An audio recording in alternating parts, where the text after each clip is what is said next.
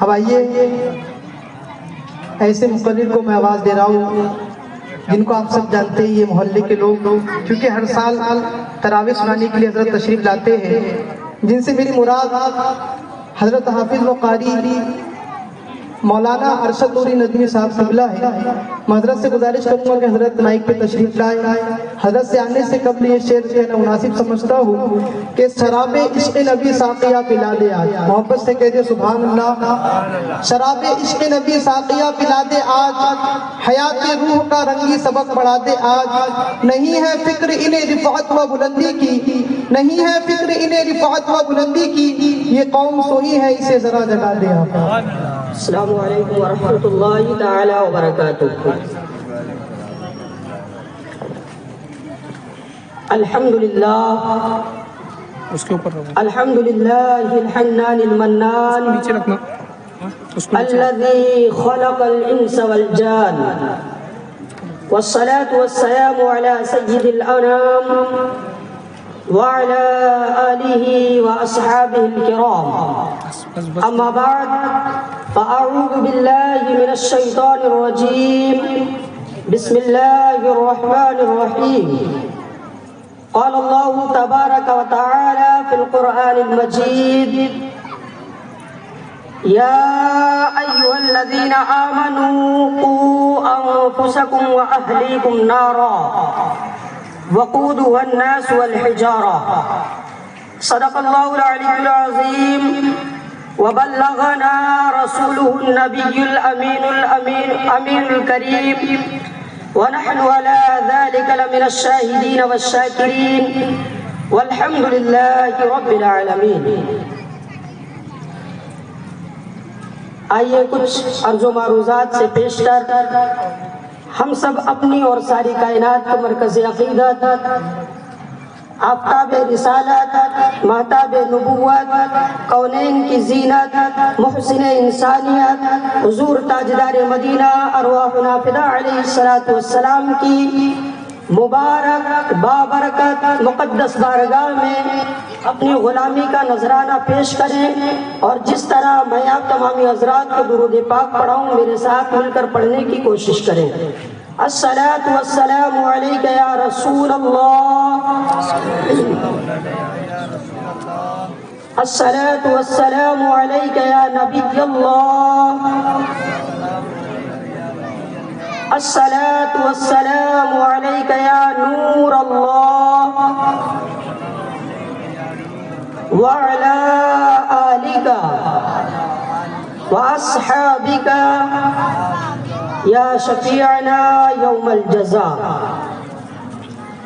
میرے پیارے آقا علیہ الصلوۃ والتسلیم کے پیارے دیوانوں، اللہ عز و جل قرآن حکیم میں ارشاد فرماتا ہے: یا ایھا الذین آمنوا قوا انفسکم واہلیکم نارا، اے ایمان والو خود کو اور اپنے اہل و عیال کو جہنم کی آگ سے بچاؤ، اس جہنم کی آگ سے جس کے ایندھن آدمی اور پتھر ہے۔ میرے پیارے آقا علیہ الصلوۃ والتسلیم کے پیارے دیوانوں، قابل غور بات یہ ہے کہ اس آیت کریمہ میں پہلے ہمیں خود کو جہنم کی آگ سے بچانے کا حکم دیا گیا ہے، بعد میں اپنے اہل و عیال اور اولاد کو جہنم کی آگ سے بچانے کا حکم دیا گیا ہے۔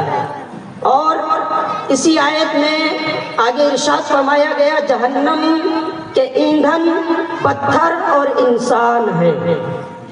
ایک دوسری جگہ اللہ عز و جل قرآن کریم میں ارشاد فرماتا ہے: لَأَمْلَأَنَّ جَهَنَّمَ مِنَ الْجِنَّةِ وَالنَّاسِ أَجْمَعِينَ، ضرور بھی ضرور جہنم کو میں انسانوں سے اور پتھروں سے بھر دوں گا۔ پتہ کیا چلا کہ جہنم جو بنائی جا چکی ہے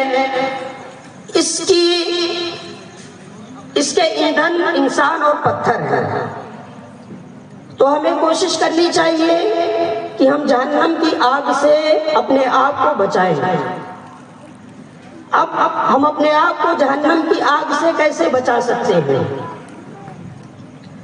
ایک سمپل سا آپ لوگوں کو میں سمپل سا ڈیفینیشن بتاتا چلوں. ایک ہے جنت، ایک ہے دوزخ.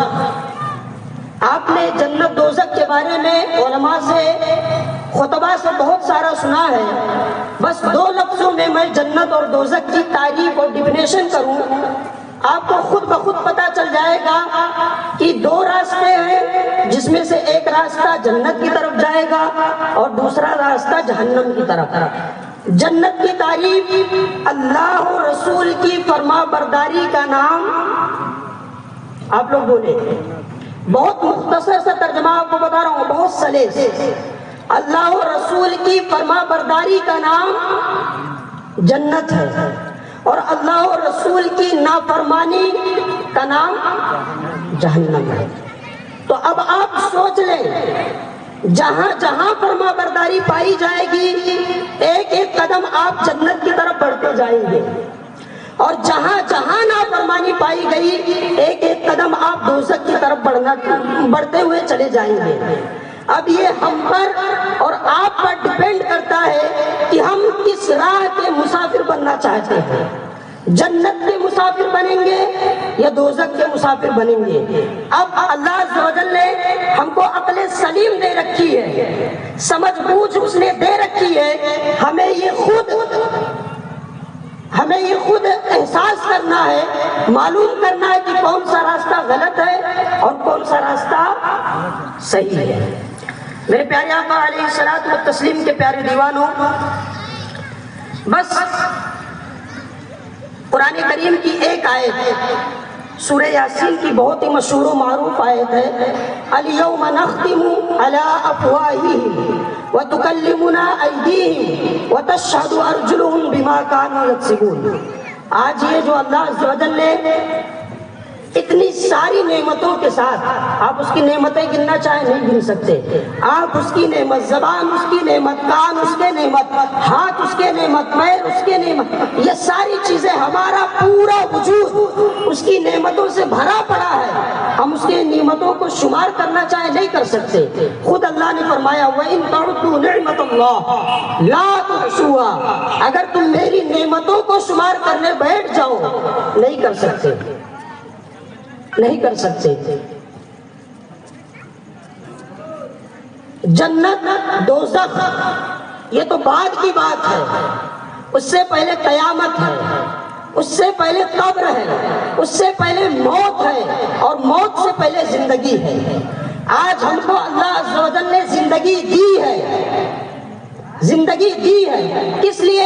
تاکہ ہم قبر کی تیاری کریں، آخرت کی تیاری کریں. جب ان دونوں امتحانات میں ہم پاس ہو جائیں گے تب جا کے ہم کو جنت ملے گی. آپ بتائیں، آپ کو امراوتی جانا ہے، ویسے آپ کے امراوتی شہر جانے میں ندی نہیں پڑتی ہے، لیکن آپ کو اگزامپل دے کر سمجھاتا ہوں.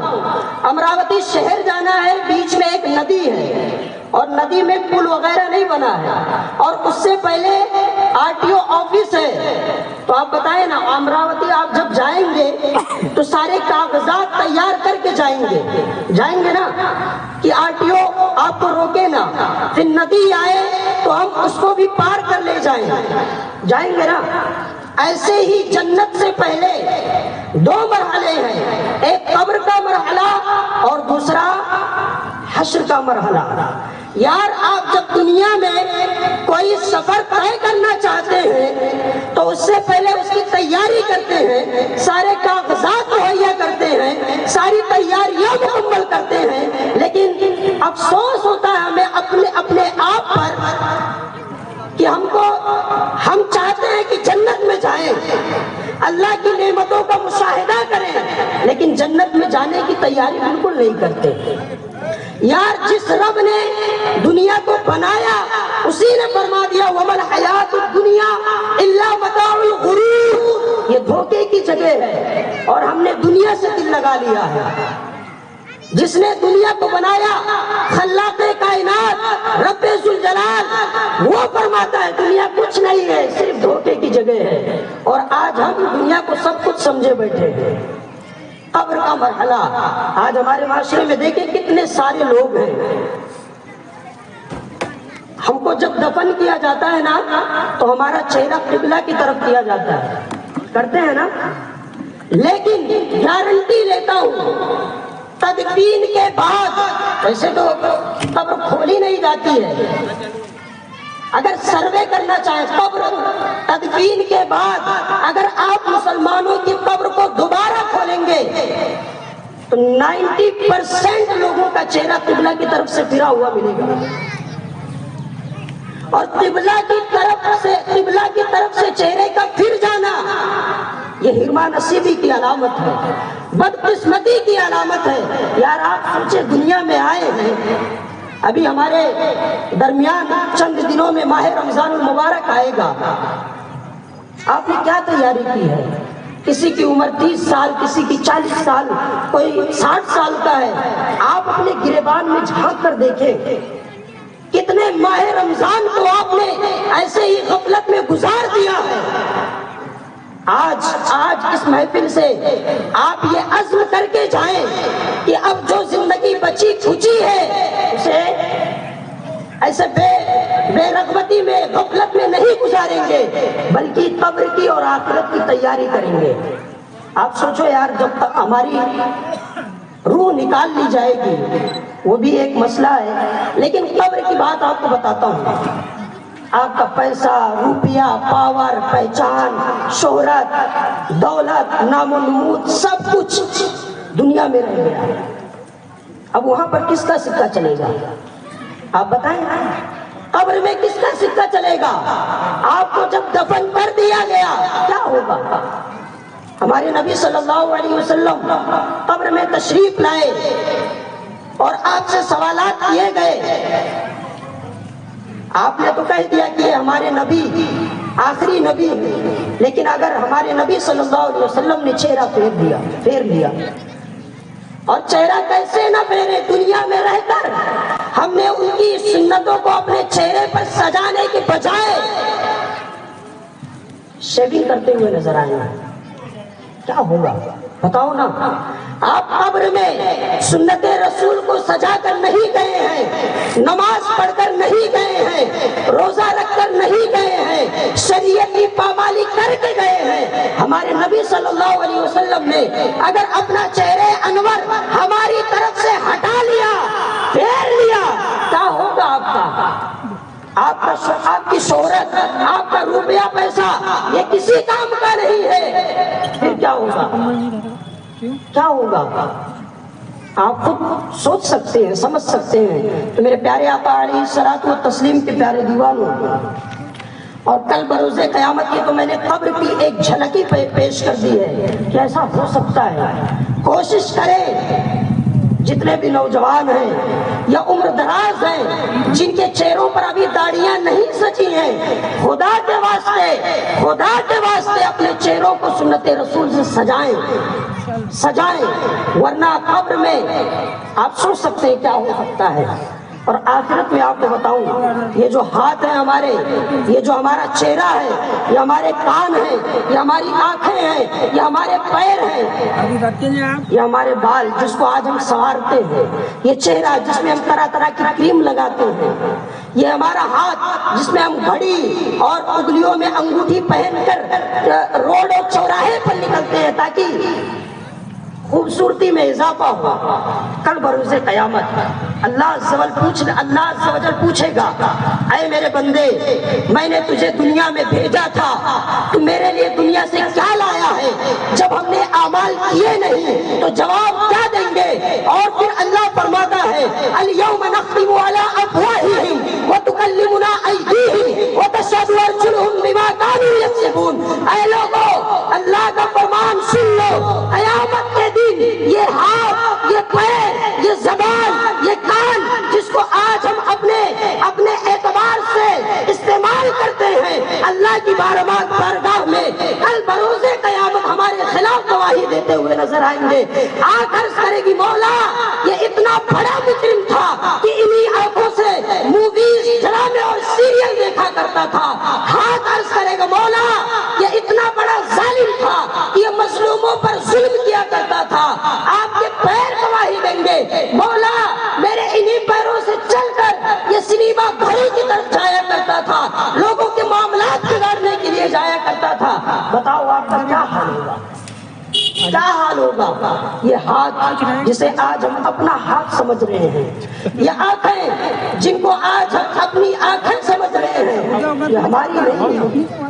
میدان محشر میں ان زبانوں پر، آنکھوں پر، ان زبانوں پر تالے لگا دیے جائیں گے، ہاتھ کو، پیر کو، آنکھوں کو قوت گویائی دی جائے گی، یہ ہمارے گناہوں کو بیان کریں گے، یہ ہمارے کارناموں کو بیان کریں گے۔ ہم چاہیں گے کہ چھپا لیں، لیکن کیسے چھپائیں گے؟ کیسے چھپائیں گے؟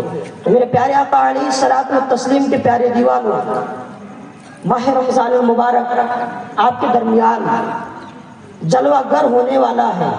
کوشش کریں کہ پورے روزوں کا اہتمام کریں، نماز تراویح کا اہتمام کریں، تلاوت قرآن کا اہتمام کریں، اور روح کی غذا توبہ کو ماہ رمضان میں لازم اور کمپلسری کر لیں، اس لیے کہ ہم سے جو گناہ ہوئے ہیں نا، اگر ہم لکھنا چاہیں ایک دن، ایک ہفتے کا گناہ نہیں لکھ سکتے۔ اور اللہ فرماتا ہے یا ایھا الذین آمنوا توبوا الی اللہ توبۃ نصوحا، توبہ نصوح کرو۔ توبہ میں بڑا پاور ہے، توبہ میں بڑی طاقت ہے۔ سالہ سال کے گناہ ایک لمحے میں معاف کر دیے جائیں گے۔ یہ جو ماہ رمضان آ رہا ہے، اسے آپ غفلت میں نہ گزاریں، روزوں کا اہتمام کریں گے نا انشاءاللہ؟ پورے روزے رکھیں گے نا انشاءاللہ؟ نماز تراویح کا اہتمام کریں گے نا انشاءاللہ؟ بہت ضروری ہے، یہ ساری چیزیں آنکھ بند ہونے کے بعد کام آئیں گی۔ اللہ عز و جل کی بارگاہ میں دعا ہے، مولا تبارک و تعالی ہم سب کو کہنے سننے سے زیادہ عمل کرنے کی توفیق عطا فرمائے، اور ہمارے درمیان جو ماہ رمضان المبارک آنے والا ہے اس کی قدر کرنے اور روزوں کے اہتمام کی توفیق عطا فرمائے۔ استغفر اللہ ربی من کل ذنب واتوب الیہ وما علینا الا البلاغ۔ السلام علیکم ورحمۃ اللہ تعالی وبرکاتہ۔